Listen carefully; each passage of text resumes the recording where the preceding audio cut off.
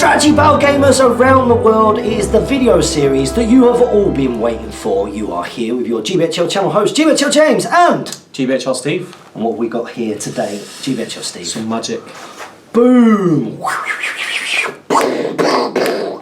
It is there and back again, week, month, who knows, but all of the GBHL channel hosts have divvied up exactly what we're going to be talking to you guys about with this wonderful new book. Now I know that I got a first impressions video out there, I'm sure you saw how excited I am, but we've not got to see GBHL Steve's reaction. What did you think? I only got mine last night, and Ooh, wow. I've been trying not to watch the videos and not listen to too much, because you want to read it yourself for the first time. Yeah, blown away. It's awesome. It's amazing. Yeah, what do you love about it so far? Just on first impressions. Everything. Just having a new book is one thing. It's a sturdy, big, proper book. I love stuff like this. Yeah, but it's not just a gimmick either. It's not just giving us a book to watch a book. It's got some really cool stuff in it. Absolutely. Nice profiles, rules, you name it. I can't wait to get stuck into it. Me neither. And tonight we are going to be chatting about Good Heroes Part 1.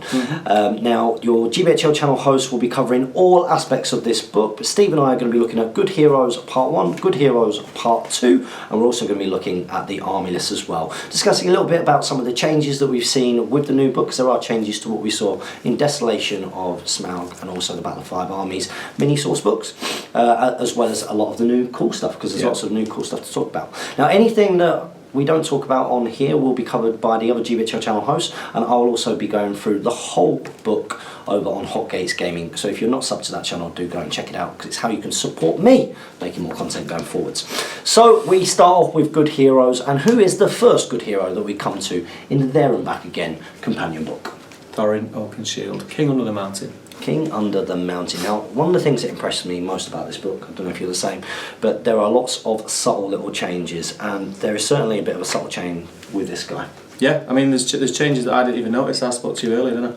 I didn't think there was as many as there was. I was just going through it, but yeah, he's 10 points cheaper for a start. Yep. Which is a plus. Yep, so he's gone down from 125 down to 115, which is probably going to seem a little bit more accessible, perhaps. But he has gained a couple of things, or he's lost a couple of things as well, hasn't he? Well, he's lost 2 fates, so he's down to 1 fate. So that's more in line with the story itself. You know, he doesn't survive the film. Yeah, it's always quite interesting, isn't it, when you look back through various profiles at points, you know, whether it's in the Lord of the Rings era or even in the Hobbit era, and you think, what makes that decision, you know, because there are characters that die in the movies that have got free fate. What makes that decision? So yeah, it does make him a little bit more like what you see, of course, in the movie with him dying. But he's also gained some options, hasn't he? Yeah, it's his war gear, isn't it? Yeah. He doesn't get. Orcrist is an option now, so he doesn't auto get it. Okay, yeah. And he's War Goat. A War Goat. Now this is something that we haven't seen before. So there are a few profiles that have got a War Goat, and I know this is something that the community are hugely excited about. I know I'm excited about it as a cavalry player. And we have got the War Goat here. Now the option for the War Goat is actually listed, or the rules for it are listed under the Iron Hills Goat Rider Dwarf Goat. The rules for the Goat, it's pretty clear what are the rules for the Goat and what are the rules for the Rider. If anybody tries to say that it's the Rider when he's dismounted gets to these rules, you are wrong! You are wrong. Degree of common sense sometimes with these rules. So what, have you had a look at the Goat yet? I've not had a proper look at the Goat. No, I have kind of just breezed through the book last night. Well, the Goat is an option for 10 points. Oh yes, well worth it. Absolutely. I think I'll be getting goats. I'll be getting goats. Please release goats pre-Christmas. So goats are mountain dwellers. So you know the mountain dweller special rule about. Yeah, they get. Is it +1? Something along those lines. On the like rocky terrain and things like that. Absolutely. Which is true to form. But they also get Devastating Charge. Now, Devastating Charge, the force of a Goat Rider's charge is enough to knock even the most sure-footed foe to the ground. When this model charges into combat against one or more man-sized or smaller models, roll a d6. On a 5+, that model is immediately knocked to the ground. You've got a 1 in 3. That is fantastic and really, really great. You know, as a cavalry player, I can see some huge advantage of that straight away, because immediately you've not got that risk of someone being able to hit you back. Yeah, you lose the combat. Some of them can't hit you back. Exactly. You want to survive as much as you possibly can in that first one, which is absolutely fantastic. But they've also got a stat line. They've got move 8, fight 2, 6+ shoot value, obviously irrelevant. The strength 4, which doesn't matter too much because the things that you're going to see riding on them tend to be strength 4 or above. Yeah. So it's not like you're going to be using the strength of the goat at any point. But they are defense 5. Yeah. So it's like having an armoured horse. Yeah, it makes them a bit more sturdy against bow fire and things. Yeah. And the movement is a big help for dwarves. Big help. Absolutely, absolutely. So I think it's an absolute steal at 10 points. Yeah.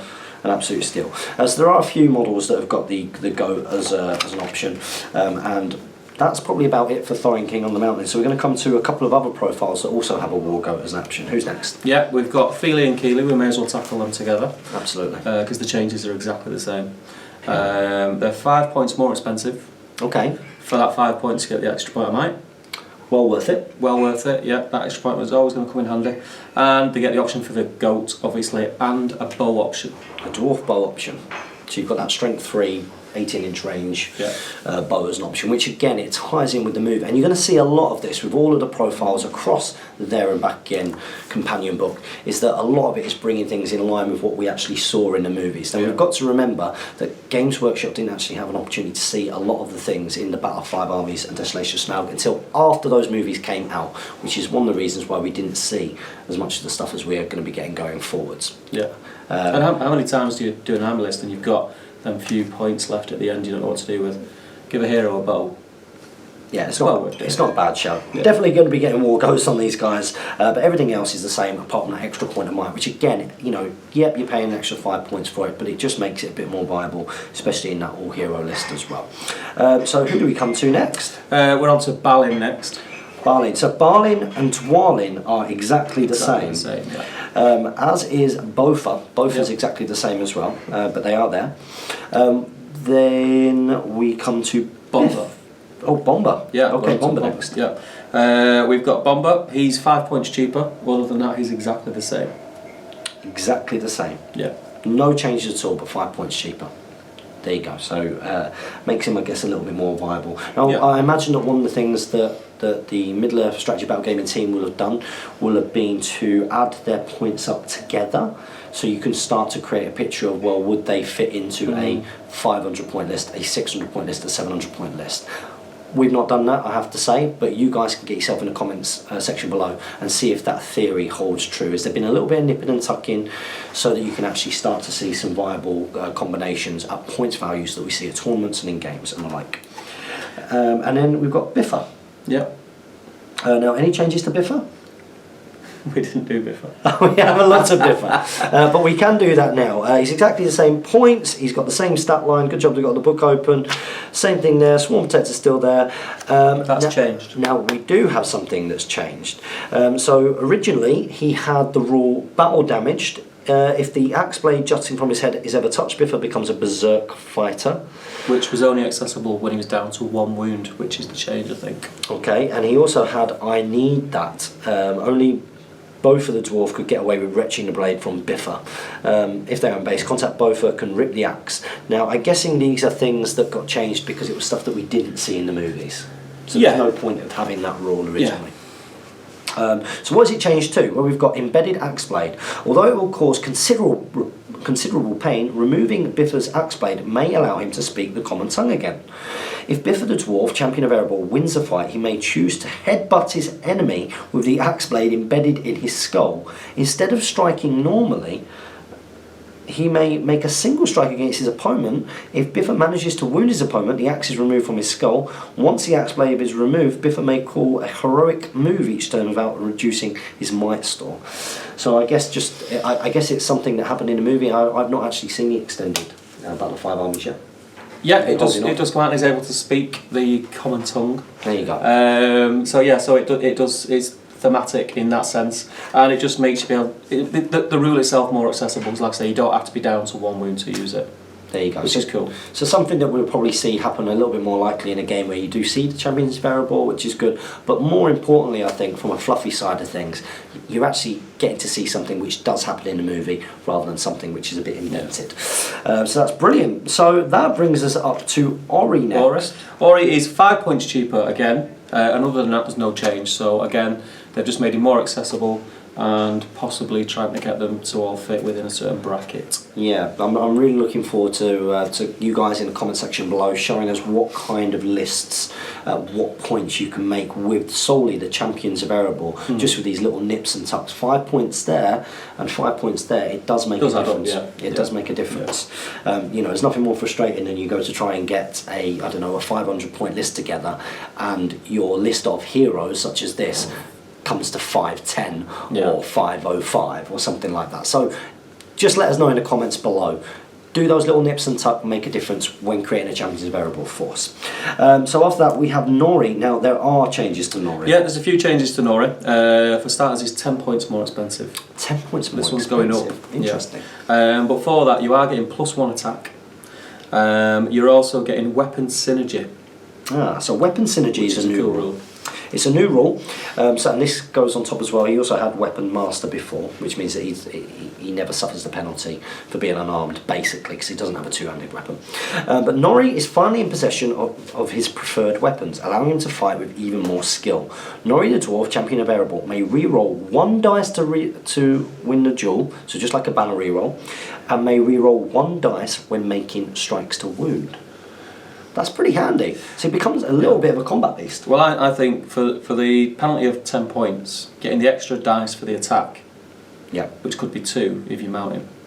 No, they can't be mounted. No, these guys can't be on the guns. So, but even 10 points just for the extra attack, and getting to re-roll in the duel and to wound. Yes, well worth it. It's immense. A banner re-rolls. He's effectively a 4 attack hero. Now he is only 5, but he's effectively a 4 attack hero. So can't go wrong with that really. 4 attacks and being able to re-roll on the dice to wound. That's really good. He's become a little bit of a beast at 80 points there, so bit of a steal. I think you'll be seeing more of Nori. Yeah, a little bit more of Nori. Again, is that something that reflects how he is in the extended edition of the movie at all? Is he a little bit more of a beast, Nori? I don't know, mate. They're all decent, aren't they? You know, they're all decent fighters. Maybe he wasn't seen enough. Maybe that's one of the reasons. Maybe that's one of the reasons, so that we can actually see it him on the table. And again, it could be that whole thing of how can you make a viable 500, 600, 700 point champions variable list. Having an extra attack hero in there is going to make a big difference. So next up we actually come to Dori, who is exactly the same. Exactly the same, yeah. And also Oin, who is exactly the same. Yeah. But we do then come to Gloin, who isn't. No. Gloin is 5 points cheaper. And he gains the Weapon Master rule. The Weapon Master. So again, he never counts as being unarmed, basically. So you know, if his weapon gets shattered by some Gundabad shaman, then he's not going to get that -1 penalty. It also means that he doesn't suffer for having a 2. He's basically burly. It's basically the burly rule as well, which is really cool. So that is Gloin, and that takes us to the end of the Champions of Erebor. Now, one thing we should point out as well, when we're talking about the Champions of Erebor, is that all of these guys can lead the new Iron Hills Dwarf Warriors, which is huge. Cool. It's huge. So it means you've got some really different, unique, and often cheap and mid-level heroes that can lead this points force for Iron Hills Warriors. However, when it comes to making an Iron Hills list, there's only one profile that you should really think about first of all, and rightly so. It is the Lord of the Iron Hills. It's Dane. So this is going to be us chatting about Dane in a little bit of detail. Now, of course, if you haven't seen Dane in action, do go and check out the last episode of Brawling at Barleyman's. Did you see that? I did. It was awesome. Great fun, really good matchup between him and Thranduil. We won't give you any spoilers there, but you do get to see a lot of his special rules in action. So let's talk about his profile itself. Well, you know, just to say a few words, it was the profile that we were all screaming out for as fans. Absolutely. The fact that it was never released before, you know, it was upsetting. We got it, and the model is stunning. Yeah, it's amazing. The new, you know, I know that there will be, and it is a small percentage. You know, it's usually a more vocal. I say more vocal. That there are a lot of people who have been vocal and positive vocal, but you are going to get a vocal minority who talk about the sort of increasing costs over the last decade and a half when it comes to these miniatures. I'm very much on the camp that the quality of the new stuff from Forge, I actually think it's great value. As well. I do. And I know that value is a perception thing and it's subjective. I look at those miniatures, and especially the Warriors. I think 40 quid for 12. Each of them could be a captain. Yeah, they're absolutely stunning, and I've not seen a bad paint job on them yet, and that goes to show what lovely. And you've painted yours, haven't you? I have painted mine. I'm really happy with them. Have you started painting Dane? Have you painted Dane's Dane? painted, yeah. Dane is painted. How did you find him to paint? I didn't actually paint him. I got a friend of mine to paint him. Did you? Yeah. I didn't have the time. Well, actually, I've been mega busy. Yeah. And I started painting the Warriors. I made sure I got them finished, and I wanted to field Dane with the Warriors. Yep. And yeah, I got a friend of mine to paint them. I will be putting a video on Top Table. Go and check that out. I'll reveal everything. Remember that Top Table Cool Wargaming is a really good way of supporting GBHL Steve and the content that he makes on here as well. So do go and check that out. And for that video, I look forward to it as well. So Dane, gorgeous miniature, but also a great profile. It's a great profile. He's 5'6", which we expected. Remember, old Dane from Lord of the Rings era was only 5'5". He's strength 5. Yeah, that's big. So he's a bit of a beast. Defense 8.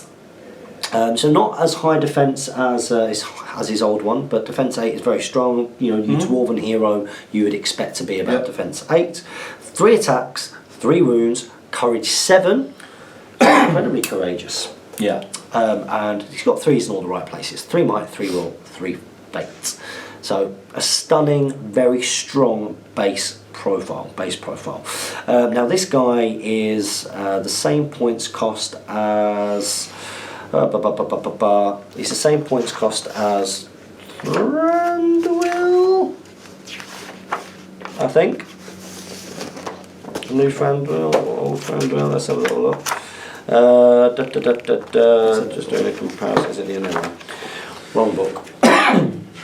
So that way. I think. Oh, there he is. So he's the same cost as old Thranduil with a horse. Yes. His base cost is the same as old Thranduil with a horse. That's from the completely free Battle of 5 Armies supplement PDF. Well, I don't even know if that's available anymore now that this has come out, but it'd be interesting.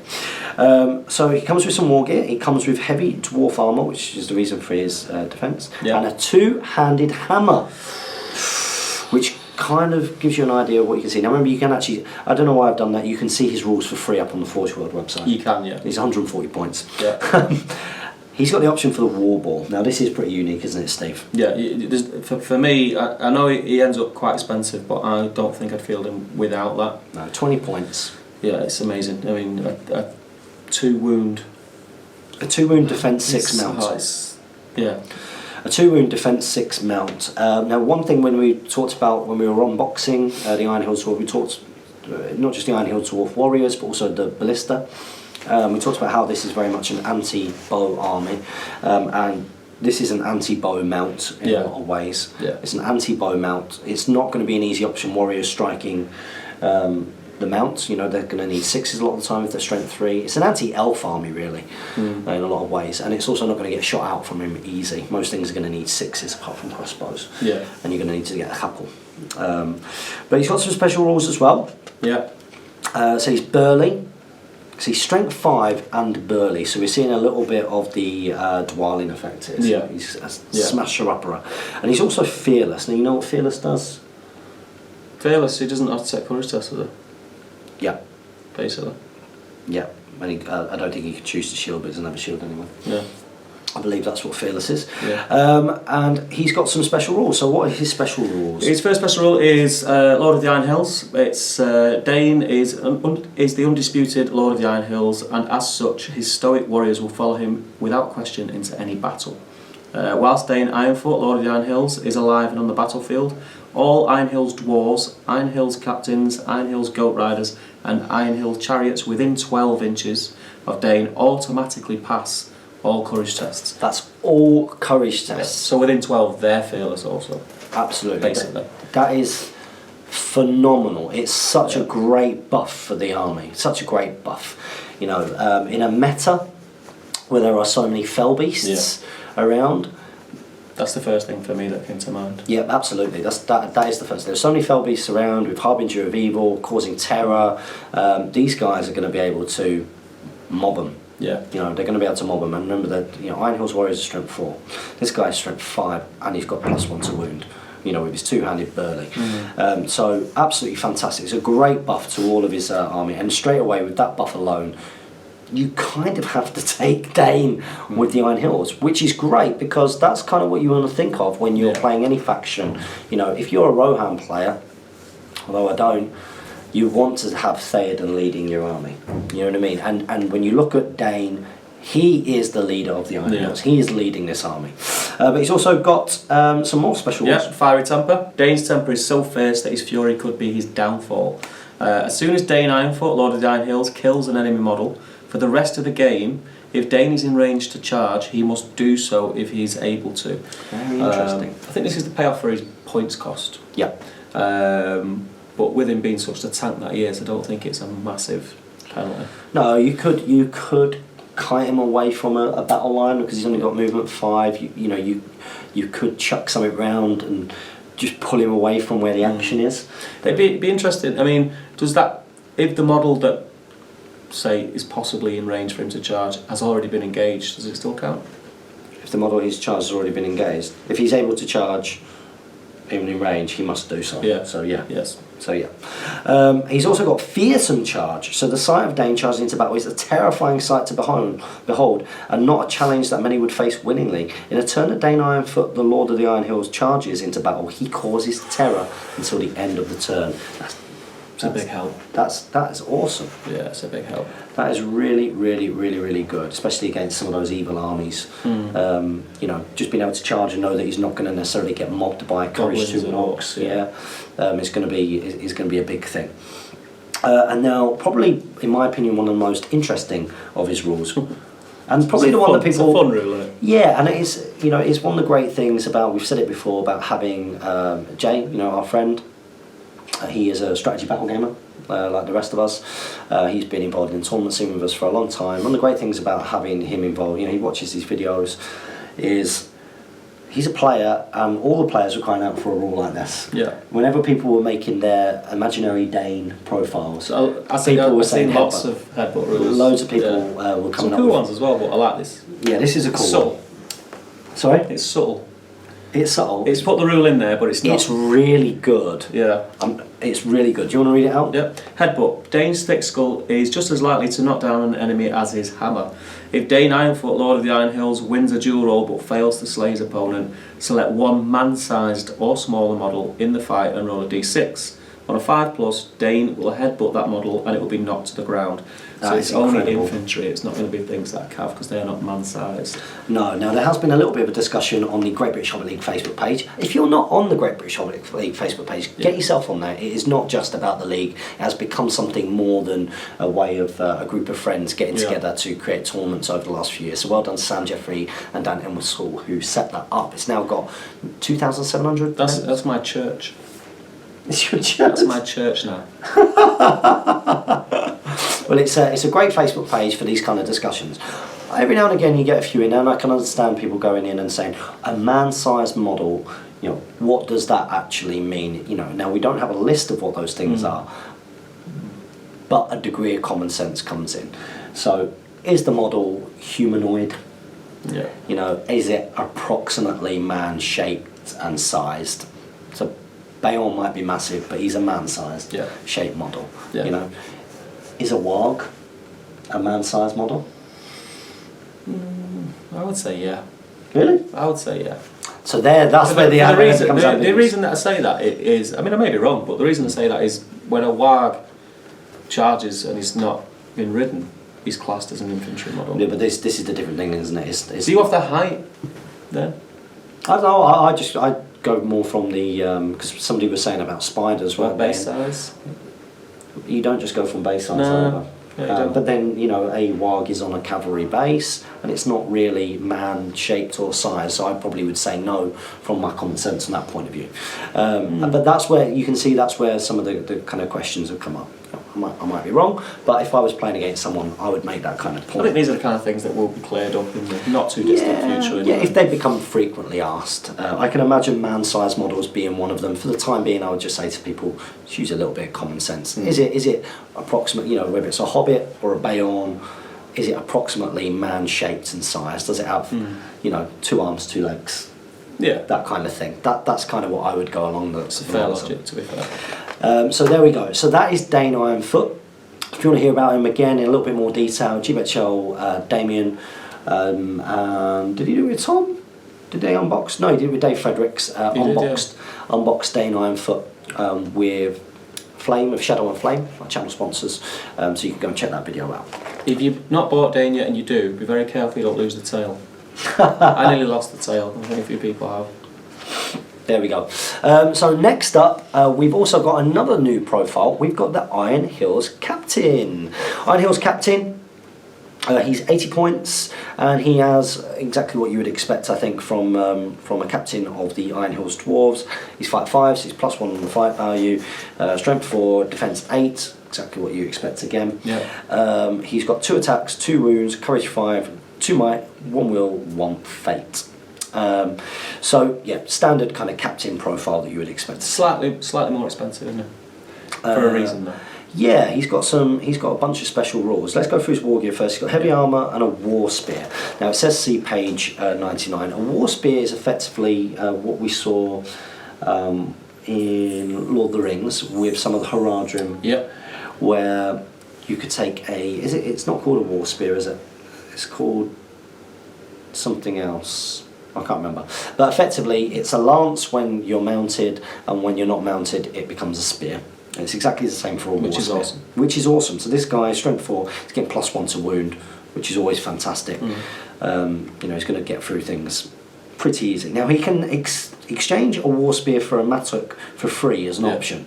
A mattock is a 2-handed hammer, basically. Yeah. I think it's basically like the Grimhammer's weapon, so you can choose to either piercing strike or to bash. Is it 2-handed? I believe so. A mattock is, yeah. Right. I believe a mattock is a 2-handed thing. Would you do that with him with not being burly? I'm not too sure, but we're not sure what's going to happen with some of the special rules, with some of the special strikes and like. Yeah. If we see a new rule book later next year. Yeah. And I think that special strikes is something that's going to be looked into. So a mattock might end up being a lot better than we think. Yeah. Also, the option for a war goat. Would you take it? 10 points. Yes. Absolutely. Yes. Absolutely. Especially with the lance. Absolutely. Becomes the same points cost then as a Rimmerdale Knight captain. Without a shield? No, with a shield. So yeah, absolutely all day long. Yeah. That war goat is amazing, and it's going to give you that bit of mobility with the dwarves as well. Yeah. If you can put a hero on a mount, yes, it's 8 inches. If you can do that, you should do it. Yeah. Also gets the shield wall special rule with the dwarves. So what does that mean with this guy? He's basically, if he's in base contact with 2 other Iron Hills dwarves, he gets +1, which puts him up to defense 9. Defense 9.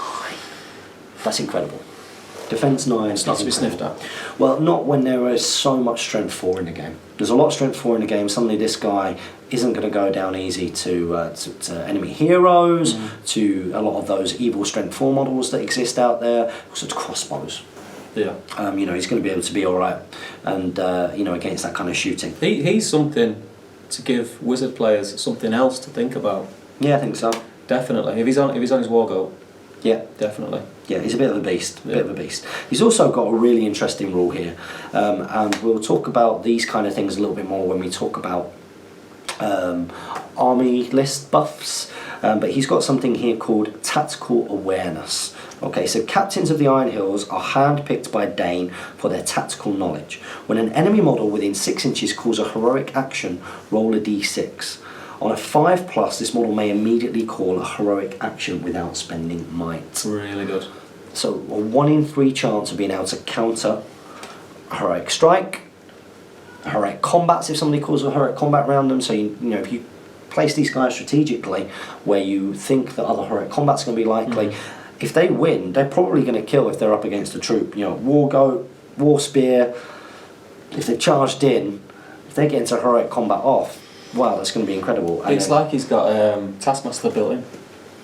The Gothmog rule. Yes. Gothmog's rule.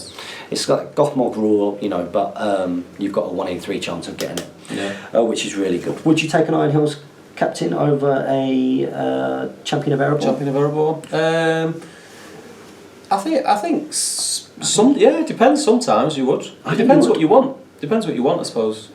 I look at that because it would be very easy for. That is a good hero. It's a great. Well, the thing that wins it for me, apart from maybe with Feeling Keeley, of course, you get an extra point of might. Yes, you don't get the War Spear and the like, but you can mount them, and this is key. You can mount this guy.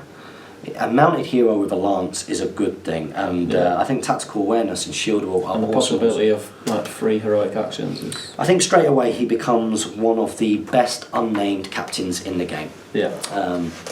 I would make the argument. I think before that you might say the Rivendell Knight captain. Yeah, and I hope that's setting a standard for future captains. They get little special things. That'd be cool. Absolutely, absolutely, and I think that the Iron Hills captain, dwarf captain, is probably a really good profile to end this part 1 talking about the good heroes, which makes this a nice solid half an hour long video. Remember, we will be back bringing you part 2 reviewing the good heroes in the There and Back source book, and remember your other GBHL hosts will be bringing you content looking at all of this book, as well as I will be doing my own run through of all the different areas such as the scenarios and the evil bad guys over on Hot Gates Gaming, so do make sure you go and support that channel and sub.